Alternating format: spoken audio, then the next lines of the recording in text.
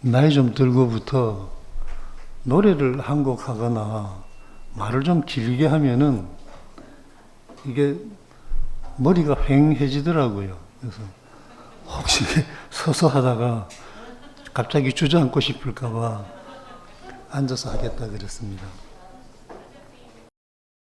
이 메모만 해올까 했는데 메모만 하면은 이야기하다가 자꾸 옆으로 셀 것 같아가지고 그러면 뭐 시간은 제한되어 있는데 뭐 끝을 못 맺을 것 같아서 그냥 다 적어왔습니다. 제가 이제 쉬운 것도 어렵게 말한다고 알려진 바가 있어가지고 다시는 안 세울 줄 알았는데 불러주신 것은 이제 어려워도 괜찮다는 뜻으로 생각하고 앞에 앉았습니다. 마음으로는 어려운 이야기도 쉽게 하고 싶은데 지혜가 마음을 따라가지 못합니다. 그래서 다 아는 이야기를 나만 어렵게 생각하고 있는지도 모르겠습니다. 사실 제가 말을 요령 있게 못해서 그렇지 어려울 것도 없는 내용입니다. 어쨌든 다시는 나올 일이 없을지도 모르니까 쉽거나 어렵거나 하고 싶은 이야기를 하려고 생각했습니다. 오늘 나누려고 하는 이야기의 제목은 나는 왜 나인가입니다. 이 말은 누군가에게는 아무 의미 없는 말일 수도 있겠습니다. 그러나 누군가에게는 나도 갖고 있던 질문이야 할 수도 있을 것입니다. 좀 기독교적이 아닌 접근일 수도 있지만 다양성을 존중하는 우리 교회임을 믿고 말씀드립니다. 어쨌든 쉽고 어렵고를 떠나서 항상 제게 붙어있는 문제여서 언젠가는 같이 나누고 싶었습니다. 오늘 본문은 출애굽기 3장 13절 14절입니다. 텍스트는 새번역 성경입니다. 모세가 하나님께 아뢰었다. 제가 이스라엘 자손에게 가서 너희 조상의 하나님께서 나를 너희에게 보내셨다 하고 말하면 그들이 저에게 그의 이름이 무엇이냐 하고 물을 터인데 제가 그들에게 무엇이라고 대답해야 합니까? 하나님이 모세에게 대답하셨다. 나는 곧 나다. 너는 이스라엘 자손에게 이르기를 나라고 하는 분이 너를 그들에게 보냈다고 하여라. 해석이 달라 번역본마다 조금씩 다르게 번역하고 있습니다. 많이 보는 개역 성경에 나는 스스로 있는 자이니라 하고 번역되어 있어서 널리 알려져 있습니다. 어쨌든 하나님의 이름이 나라는 것이 좀 이상하지요. 하나님께서 당신의 이름을 나라고 하셨다는 것입니다. 나라고 말하는 의미가 단순하게 나라는 이름을 가졌다는 뜻일까요? 아니면 너는 너가 넌 줄 아느냐? 내가 너다 라고 하는 의미라고 해야 할까요? 오늘 하려는 이야기의 제목도 좀 이상하게 들릴 수 있습니다. 나는 왜 나인가? 라고 물으면 내가 나인 것은 당연한 것이지 그걸 왜 물어? 내가 아니면 너냐? 라고 반문할 수도 있겠습니다. 그런데 저는 제가 저라는 존재로 태어나 있다는 것이 이상했습니다. 지금도 신기합니다. 나는 왜 나로 태어난 것일까요? 나는 어떻게 다른 사람 아닌 내가 되었을까요? 내가 태어나는 것에 대해 아무 예고도 없었습니다. 그런데 내가 왜 있지? 나는 왜 나지? 연함은 어릴 때부터 이상했습니다. 물론 저만 그런 것은 아닙니다. 거의 모든 사람에게 스쳐서라도 지나가는 질문입니다. 우리 교회에도 8살 때 그런 생각을 했다는 분도 있습니다. 어쨌든 저는 이 질문이 안 떠났습니다. 그리고 내가 왜 나인지를 생각하면은 내가 존재하고 있다는 것이 기이한 일이라는 생각을 하게 되고 때로 신비로운 감정에 빠지기도 합니다. 그런데 답을 잘 알게 되진 않았지만 이게 무엇을 의미하는 질문인지를 조금 알게 되었습니다. 이게 오늘날 이야기의 내용입니다. 제 말이 듣는 분에게도 전달되어 마음에 신비한 감정이 일어난다는 것이 어떤 의미인지 공감하게 되는 시간이 되면 좋겠습니다. 신비감은 인생에서 가장 소중한 느낌 중 하나라고 생각합니다. 본문의 하나님과 모세의 경우를 말하기 전에 제 이야기부터 하나 하겠습니다. 제가 24살 때부터 쓰고 있는 소설이 있습니다. 50년이 넘었죠. 소설의 제목은 사과나무가 된 사나이입니다. 이 소설의 마무리되지 않은 원고는 우리 교회 네이버 카페에 올려져 있습니다. 그것도 벌써 2년 전입니다. 어쩌면 결국 끝내지 못할 소설일지도 모르겠습니다. 그러니까 이 시간의 간증을 핑계로 그 소설의 요점을 정리하고 있는 걸 수도 있습니다. 소설의 줄거리는 사과를 좋아하고 좀 특이하게 사과 속과 씨채로 먹는 어떤 사람 배에서 사과나무가 자란다는 이야기입니다. 그리고 그 나무는 점점 자라서 큰 사과나무가 됩니다. 사람은 나무에 흡수되어서 사라집니다. 여러분도 한번 생각해 보시기 바랍니다. 자기 배에서 사과씨가 살아서 배꼽에서 싹을 틔웁니다. 그리고 이놈이 자랍니다. 암인가 하고 병원에 갔더니 검사 결과가 사과나무라고 합니다. 이게 웬 황당한 일인가 하는 사이에도 나무는 계속 자랍니다. 제거도 안 됩니다. 자기는 점점 사과나무가 되어갑니다. 무슨 생각이 들겠습니까? 왜 내게 이런 일이 생겼을까 묻겠지요. 물론 어떻게 해야 이놈을 없앨 수 있을까 하는 생각도 하겠습니다. 아마도 답을 생각해내기 전에 도대체 나에게 왜 이런 일이 일어나는 거지 하는 질문과 같은 원망이 먼저 튀어나오게 될 것 같습니다. 나는 원한 적도 없는데 이런 일이 왜 생기는 걸까요? 처음 사과나무가 된 사나이라는 소설을 쓸 때 주제는 우리의 인생은 우리가 선택할 수 없는 것이었다라는 것이었습니다. 우리 인생은 우리가 원한 적도 없이 내가 태어날 것이라는 통보를 받은 적도 없이 어느 날 느닷없이 우리에게 주어진 것입니다. 내 신체 조건, 내 환경, 내 부모, 내 나라, 내가 태어난 시대 어느 것 하나 내 의사를 물어보고 정해진 것이 없습니다. 모두가 내 의사와 상관없이 주어진 것들입니다. 사과나무가 되는 사람의 경우도 마찬가지입니다. 사과나무가 되는 것도 안 되는 것도 선택할 수 있는 것이 아닙니다. 그리고 우리가 세상에 존재한다는 이 느닷없는 상황도 우리는 어쩔 수 없었습니다. 소설의 주인공은 생각합니다. 나는 이렇게 사과나무가 되어간다. 나는 왜 이런 존재로 태어났을까? 나는 왜 내가 된 것일까? 나라는 것은 무언가, 어떻게 생겨나서 왜 존재하는 것일까? 사실 이런 질문은 사과나무가 되는 사람만 하는 질문은 아닙니다. 희귀병이나 불치병에 걸린 사람들만 하는 것도 아닙니다. 감나 물려 평범한 우리도 명시적이 아니라도 한순간은 이런 머릿속을 지나가는 질문입니다. 도대체 우리는 왜 나로 태어나서 이러고 살고 있는 걸까요? 나라는 것은 무엇일까요? 뇌과학자들은 자아나 의식의 발생 기제에 대해서 연구합니다. 그들은 자아는 발생하는 것이라고 생각합니다. 그리고 뇌 어디에서 어떤 메커니즘으로 자아가 발생하는지 설명합니다. 아직 명확하게 설명하지는 못하지만 상당히 매력적인 설명들도 있습니다. 그런데 제가 묻는 것은 자아라는 객관적 존재가 어떻게 발생했느냐 묻는 것이 아닙니다. 자아라는 것이 발생하는 것이라고 하더라도 그게 어째서 내가 되느냐 하고 묻는 것입니다. 나는 다른 사람 말고 나는 왜 내가 되었느냐고 묻는 것입니다. 없던 내가 어떻게 나타나게 되었느냐고 묻는 것입니다. 우리는 스스로 너는 누구냐라고 묻기도 합니다. 너의 이름, 너의 출신, 너의 직업 이런 것 말고 진짜 너는 누구냐? 신해철이라는 가수가 민물장어의 꿈이라는 노래를 했는데 거기에 그런 가사가 나옵니다.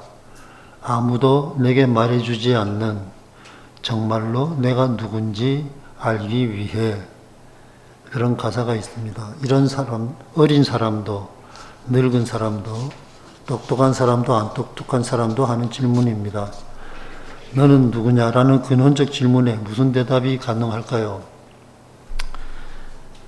그 질문을 사회적인 질문이 아니라 근원적인 질문으로 받아들이면 나는 나다라는 극히 1차원적이고 조금은 반항적인 답이 생각납니다. 보다 명쾌한 답이 없을 것도 같습니다. 나는 어떻게 생겨났을까요? 누군가가 만들었을까요? 나는 만들 수 있는 존재가 아닙니다. 사람이라는 생물은 만들 수 있을지 모르지만 나는 만들 수 없습니다. 책상을 만들려면 책상을 알아야 합니다. 나를 만들려면 나를 알아야 합니다. 내가 나타나기 전에는 내가 없어서 내가 누군지 모릅니다. 사람이 아무리 많아도 내가 없으면 나를 모릅니다. 내가 없어서 나를 모르는데 어떻게 나를 만들겠습니까? 사람은 만들 수 있을지 모르지만 나는 만들 수 없습니다. 만들 수 없는데 나는 어떻게 존재하게 된 것일까요? 만들지 않았는데 존재하는 존재자를 우리는 알고 있습니다. 그를 스스로 존재하는 자라고 합니다. 그러나 나는 스스로 존재할 수 없습니다. 내게는 그런 능력도 없고 스스로 존재하게 된 기억도 없습니다. 그리고 어디에서 온 기억도 없습니다. 있지도 않았던 내가 어디서 오겠습니까? 그런데 원래 한 가지 가능한 답이 있는데 나는 원래 있었다라는 것입니다. 물론 원래 있었던 기억은 없습니다. 인간은 시간이 오래 지나면 뭐라도 다 있습니다. 만들 수도 없고 스스로 존재할 수도 없는 나는 어떻게 나타나게 되었을까요? 원래 있었다면 어디 있었던 걸까요? 내가 어디 있다가 왔는지 유추할 수 있는 단서가 성경에 있습니다. 하나님이 당신의 숨을 흙으로 만든 사람에게 불어 넣었다는 말씀입니다. 창세기 2장 7절입니다. 그때 여호와 하나님이 땅의 티끌로 사람을 만들어 그 코에 생기를 불어 넣으시니 산 존재가 되었다. 이 텍스트는 현대인의 성경입니다. 하나님이 당신의 생기, 즉 숨을 불어 넣으셨다는 것은 사람에게 다른 생물들과 다른 것이 들어왔다는 말이겠습니다. 하나님의 성분인 하나님의 숨이 들어왔다는 말입니다. 그게 생명이 되어 내가 되었다는 말로 이해할 수 있습니다. 나는 만들어진 것도 아니고 발생한 것도 아닙니다. 원래부터 하나님과 있던 하나님의 숨이 흙으로 만든 이 몸 안에 들어와서 내가 된 것입니다. 그래서 하나님은 내가 곧 나다. 다시 말해 너는 너라고 생각하지만 내가 너라는 것을 알아야 해 라고 말씀하시는 것입니다. 다시 정리하면은 이 흙덩어리에 하나님의 숨이 들어와서 살아있는 존재가 된 것입니다. 하나님의 생명이 들어온 것이고 하나님의 성분이 들어온 것입니다. 그게 숨을 불어넣었다는 말의 의미가 되겠습니다. 내게 하나님의 유전자가 전해진 것입니다. 하나님의 생명인 숨은 인간의 정자와 난자처럼 하나님의 유전자를 내포하고 있는 것이라고 하겠습니다. 그리고 그게 내가 되었습니다. 그런데 그러면 하나의 숨인데 왜 다 다른 사람이 되었을까요? 정확하게 알 수 있는 것은 아닌 것 같고요. 하나님의 다양성에 기인한 일이고 우리에게는 신비로 접수해야 할 일이라고 생각합니다. 이렇게 접근하면은 나는 피조물이 아니라는 것을 알게 됩니다. 사람의 몸은 흙으로 지었습니다. 피조물입니다. 그러나 흙으로 된 이 몸은 내가 아닙니다. 내 몸에서 내가 떠나면 죽음만 남습니다. 나의 몸은 나의 부대사항입니다. 내가 가진 물리적 조건입니다. 내가 그 몸 안에 있을 때만 나의 소유물인 것처럼 움직입니다. 그러나 나는 아닙니다. 내 몸을 살아있게 했던 하나님의 숨이 떠나면 내 몸은 죽습니다. 나는 그 몸 안에 있던 하나님의 숨입니다. 내 몸이 시체가 되면 나는 몸을 떠납니다. 나는 생명과 같다는 말입니다. 내가 떠나면 생명도 떠납니다. 나를 만들 수 없듯이 생명도 만들 수 없습니다. 나는 내가 하나님께로 돌아가는 것이 아닌가 생각합니다. 나는 만들 수 없는 것처럼 사라지지도 않는 것이라고 해야 할 것 같습니다.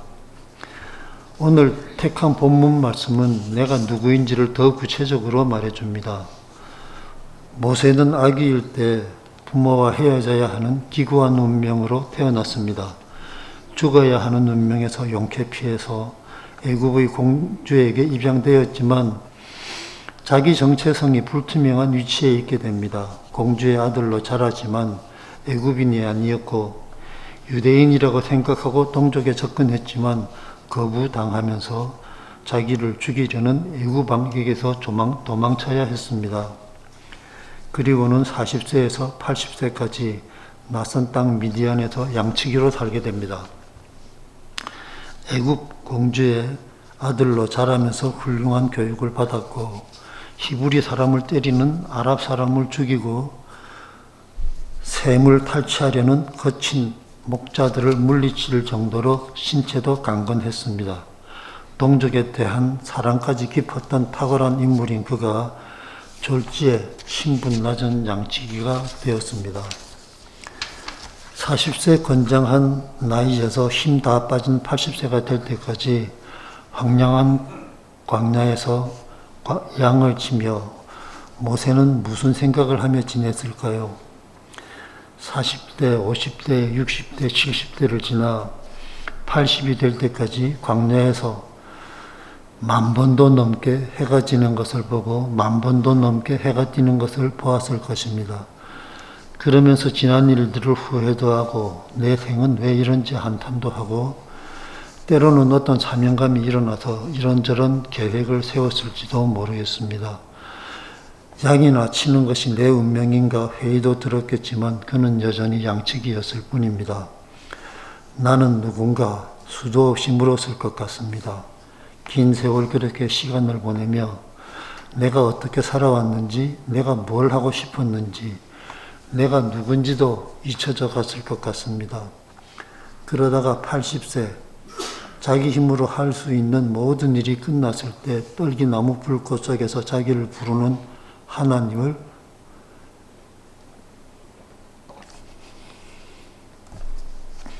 만났습니다. 신을 벗고 하나님 앞에 선 모세에게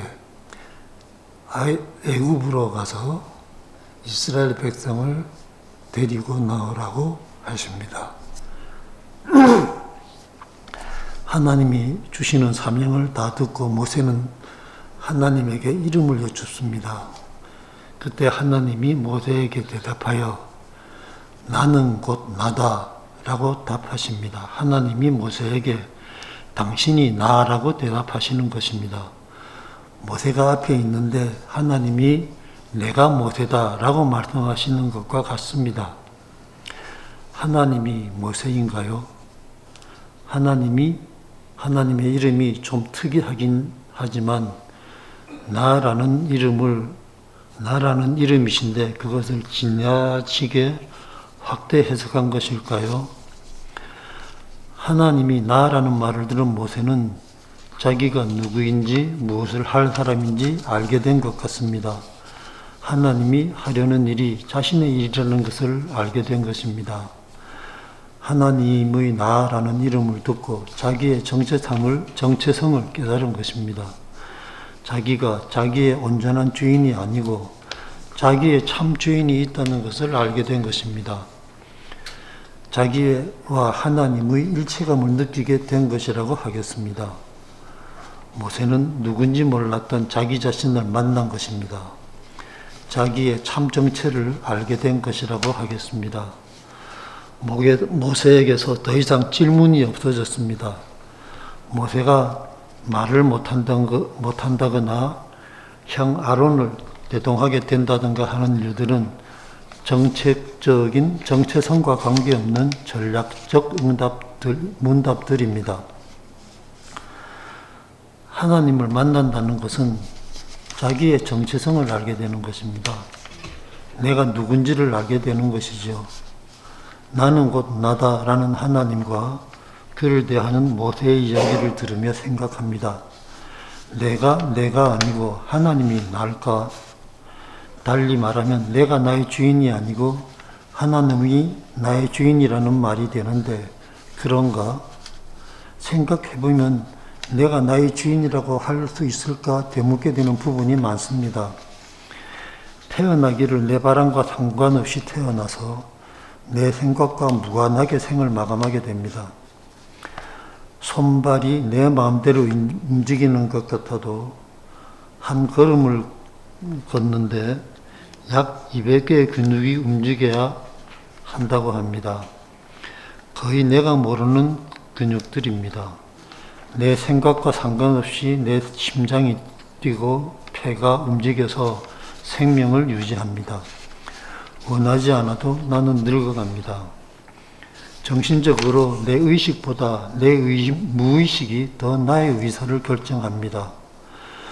내가 나의 주인이라고 할 수 있을까요? 조금은 그런 부분도 있겠습니다. 밥 먹기 싫으면 안 먹어도 되고 짜장면 먹기 싫으면 짬뽕을 먹을 수도 있습니다. 그러나 내 환경, 내 지능, 내 부모, 내 운명 어느 것도 내가 관여하지 못하는 나의 부대사항들입니다. 내가 그 주인이라고 하기에 너무도 초라한 내 관할입니다. 그러니 나는 내가 아니라고 할 수도 있겠습니다. 내가 내 것이 아니라는 말이죠. 나는 그저 나의 관찰자일 뿐이라는 생각도 듭니다. 그러면 이제 하나님은 어떻게 존재해야 되었을까 하는 질문도 생깁니다. 하나님을 존재하게 한 하나님이 있는 것일까요? 우리가 상상할 수도 없는 어딘가에서 오신 것일까요? 하나님은 최상위 존재이기 때문에 이런 질문을 할 수 없습니다. 인과율을 벗어나기 때문입니다. 하나님은 근원을 물을 수 없는 존재이기 때문에 스스로 존재했다고 말합니다. 없는 것은 스스로 존재하겠다는 생각을 할 수 없습니다. 그런데 스스로 존재했다는 말은 우리의 이해 방식인 인과율의 바깥에 있다는 말입니다. 우리가 알 수 없다는 말이기도 합니다.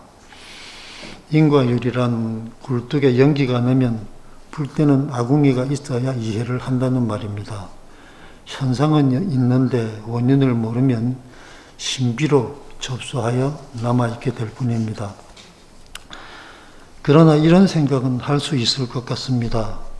하나님이 천지를 창조하시기 전 온 우주에 하나님밖에 없을 때 하나님은 무엇을 하셨을까? 알 수 있는 일은 아니지만 아무도 없으니 외롭기는 하셨을 것 같습니다. 그래서 인간을 지으셨고 그 외로움을 그 하나님의 숨과 함께 우리가 물려받은 것이 아니겠나 생각해 봅니다. 그래서 그 유전자를 이어받은 사람도 외로워서 사람을 찾고 하나님을 찾는 것이 아니겠나 싶은 것이죠. 그리고 또 하나, 하나님 외에 아무도 없을 때 하나님께 첫 인식이 생겼을 때 내가 왜 있지? 이게 뭐지? 하는 질문이 떠올랐을 것 같습니다. 그 의문도 지금 우리가 물려받은 유전자에게 포함되어서 내가 왜 나인지 묻고 내가 왜 여기 있지 묻고 있는 것이 아닌가 하는 생각도 듭니다. 나라는 것은 인간의 가장 깊은 비밀, 우주의 가장 깊은 신비인지도 모릅니다. 보고 있어도 무엇인지 모르는 기이한 대상이라 하겠습니다. 만들어지지 않고 원래 있던 그 영원한 성분인 의식인 나, 그 나가 왜 하필 이 나인지 그리고 그 나의 왜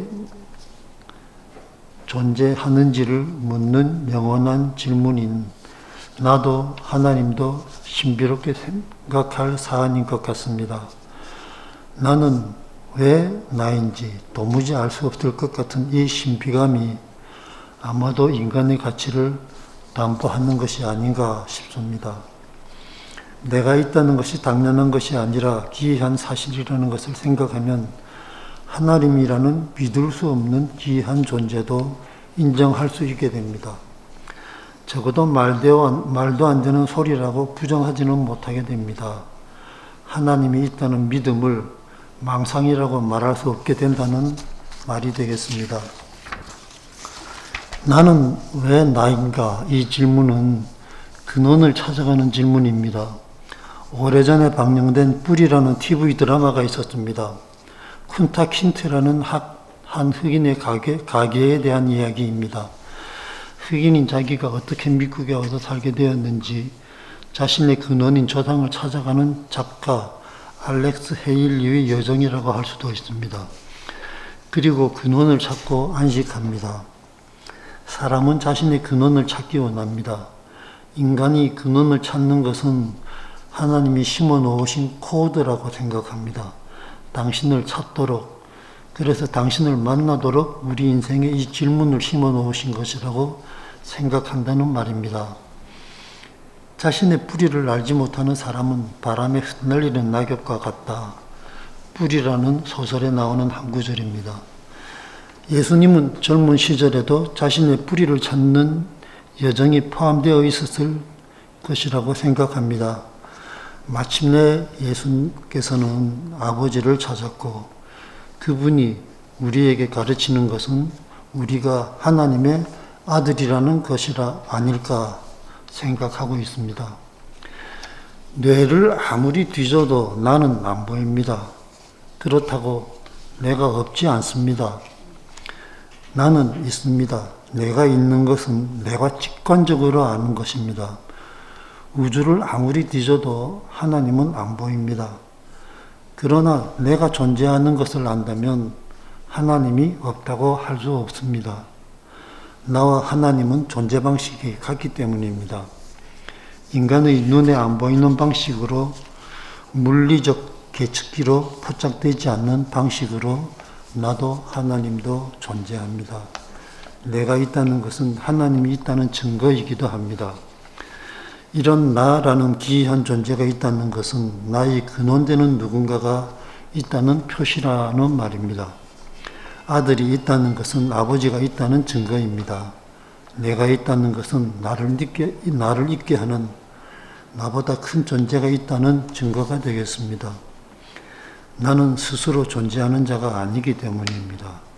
우리는 태초를 모릅니다. 그러나 우리는 존재하고 있습니다. 존재는 기이하고 신비한 현상입니다. 이런 접근은 과학적 방법은 아닙니다. 신화적이고 종교적인 접근이라고 해야 할 것 같습니다. 종교적인 경전인 성경을 참고로 설명 불가능한 하나님을 도입해서 내 존재의 이유를 설명했기 때문입니다. 그러나 스스로 존재하지 않는 존재인 인간이 자기보다 상위의 존재를 인정하지 않고 세상을 이해할 수 있을까요? 제 생각엔 과학적인 접근에도 명확한 답은 없는 것 같습니다. 계측기로 포착되지 않으니 없다는 말만 합니다. 하나님도 없다, 의미도 없다, 사랑도 없다, 희망도 없다, 나도 없다, 그렇게 말합니다. 삶은 보이지 않는 그 느낌으로 우리에게 다가와서 우리가 살아있다는 것을 알게 하고 생생한 의미를 우리에게 제공합니다. 인간은 더 겸손해야 할 것 같습니다. 나는 왜 이 문제를 그렇게 오래 붙잡고 있었을까요? 이 문제 때문에 무신론자이고 허무주의자인 내가 죽음을 미루어 왔습니다. 내가 모르는 문제가 남아있으니까 세상을 다 안다 하고 떠날 수가 없었습니다. 내가 왜 나인지를 묻는 질문은 나를 하나님께 붙잡아 두는 인력이 된 것입니다. 나는 왜 나인가? 이 질문이 하나님의 부르심이었습니다. 우리가 무엇을 만나야 할까요? 먼저 질문을 만나야 할 것 같습니다. 그리고 나는 곧 나다 라고 하는 외로움으로 우리를 찾는 분의 답을 들어야 하는 것 아닌가 싶습니다. 하나님을 만나지 않고는 인생을 설명할 수 없습니다. 믿게 되면 많은 것을 설명해주는 유익한 분이기도 합니다. 그리고 어떤 경우에도 희망을 주는 분입니다. 내가 존재한다는 것은 의미가 있는 것이다 라는 인식을 확인시켜주는 분이기도 합니다. 의미가 있으니까 내가 있지 내가 왜 있겠습니까? 우리의 근원에 대한 질문은 우리에게 존재의 이유가 생길 때 끝나는 것 같습니다. 논리적인 정합성을 갖춘 답을 찾아내어서 끝나는 게 아닙니다. 그 질문에 답할 과학적 탐구는 계속될 겁니다. 답은 모세가 하나님을 만나듯 질문의 근원을 만났을 때 얻었습니다. 만난 사람만 아는 답이 있습니다. 우리에게는 나만 아는 내가 있습니다. 81억 세계 인구의 모두의 나가 다 다른 것입니다. 존 레논의 아내 오노 요코가 혼자 꾸는 꿈은 그저 꿈이지만 함께 꾸는 꿈은 현실이 된다라는 말을 했다고 합니다. 이 말을 조금 변형하면 혼자 믿으면 환상일지라도 여럿이 믿으면 실제가 된다.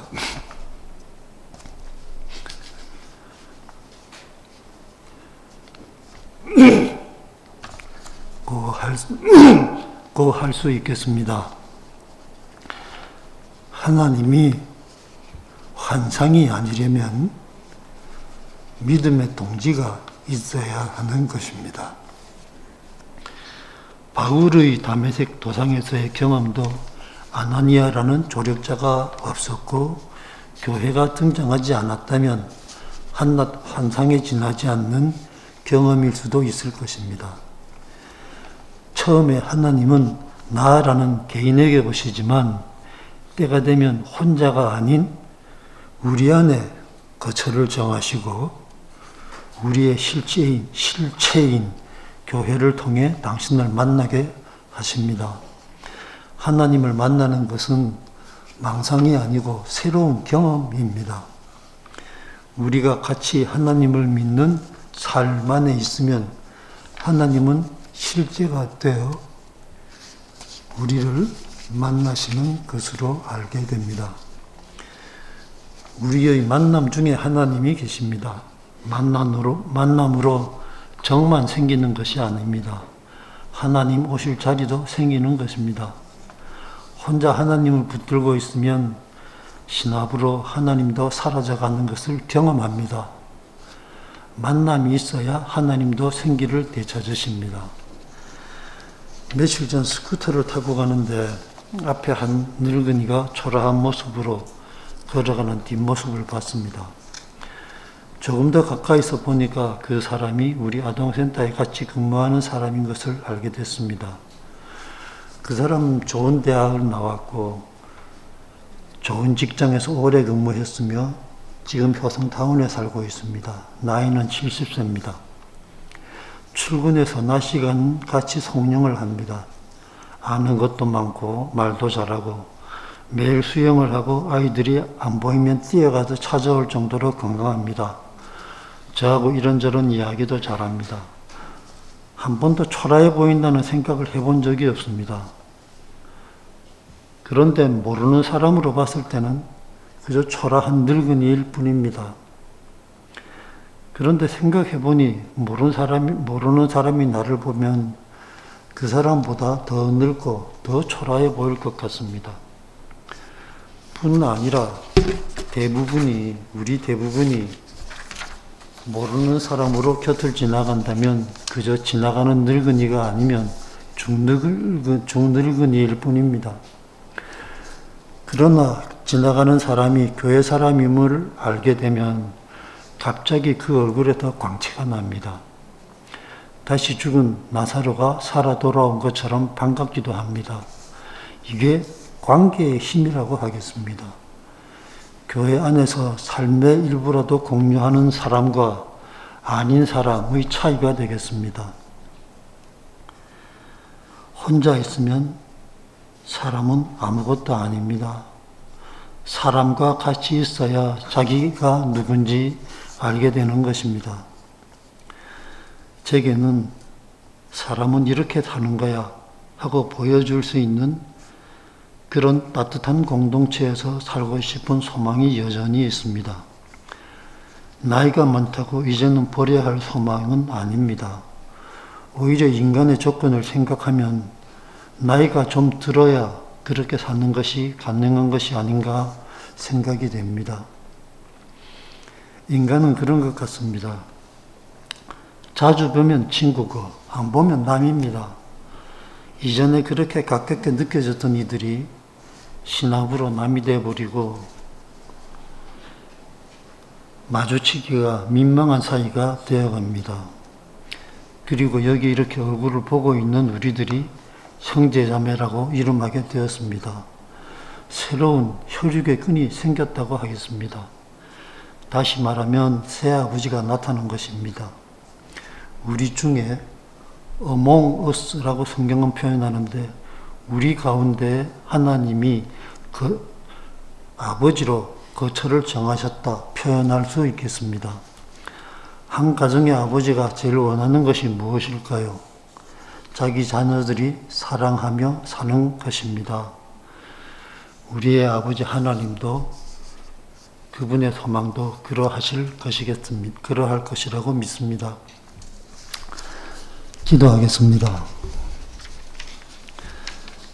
하나님 아버지, 인생이 허망하지 않음을 알도록 우리에게 오심을 감사드립니다. 늘 함께 하시어서 우리를 지켜주시고 아버지의 나라가 속히 이 땅에 이루어지게 하시옵소서. 주 예수님의 이름으로 기도드립니다. 아멘.